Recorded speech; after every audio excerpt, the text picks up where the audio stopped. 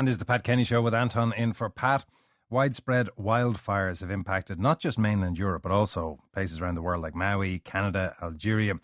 But is this scorching summer impacting the post-COVID hunger that the Irish holiday maker has for spending time abroad? To discuss, I'm joined by travel and aviation journalist Eoghan Corry. Eoghan, good morning. Good morning, Anton. Give us a sense of the impact that the wildfires are having on Irish tourists and global tourism. It's impacting in different ways. The major one is anxiety. People coming up to their holiday, do I want to travel? It really depends also on where they are. Very heavily publicised wildfires in mainly in Rhodes and then in Corfu. They would have maybe 4 flights a week from Ireland.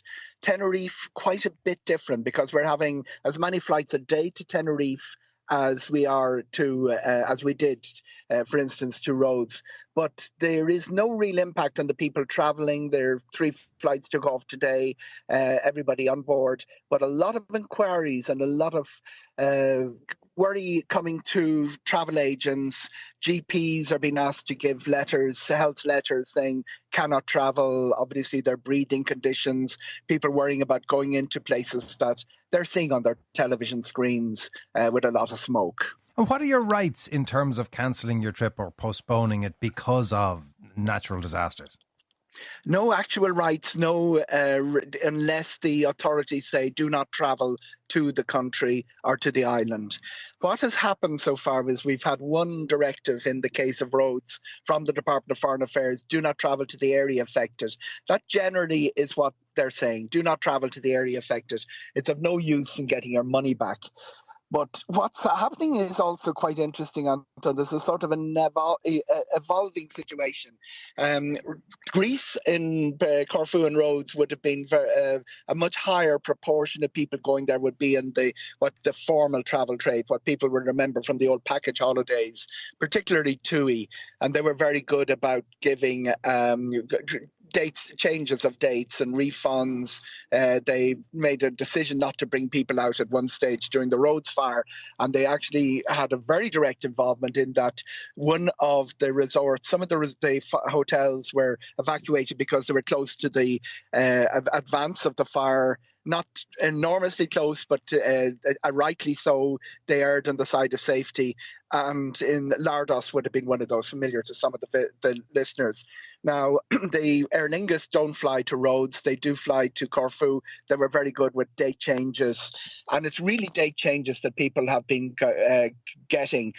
Travel agents, if you book through your travel agent. Unfortunately, if you book directly with another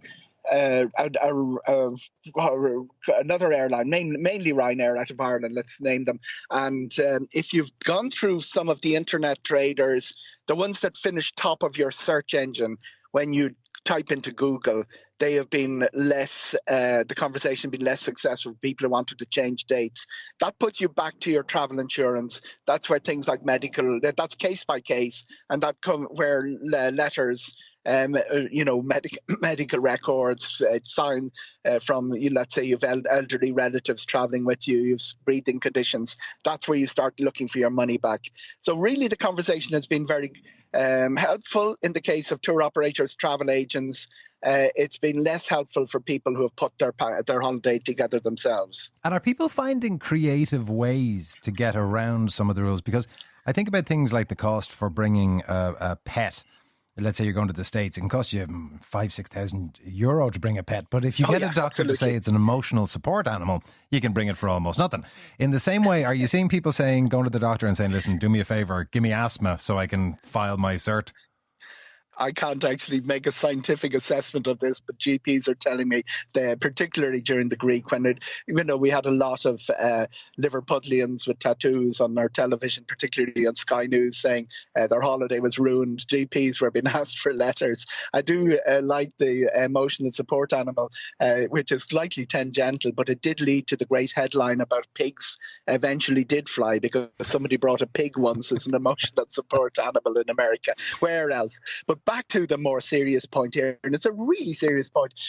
Holiday makers in Tenerife are not affected at all by this. The one thing they're being affected by is that one of the excursions, you know, that excursion you get up on the notice board, you go snorkeling one day to the beach, the glass bottom boat. One of the most popular is Tita, and all the roads to Tita are closed. But the resorts are to the north and to the south. Big enough island, not enormous, but it's about the size of County Wicklow.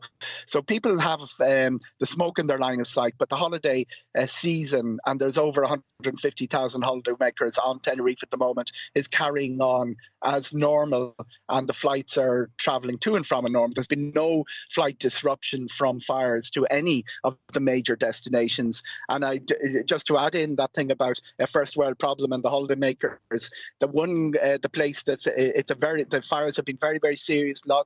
Over thousands of people evacuated out of their homes. People have lost their homes, and the one country where the biggest impact in fatalities has been Algeria. You would really search to find the news that people had died there because there isn't a holiday industry there. Eoghan Corry.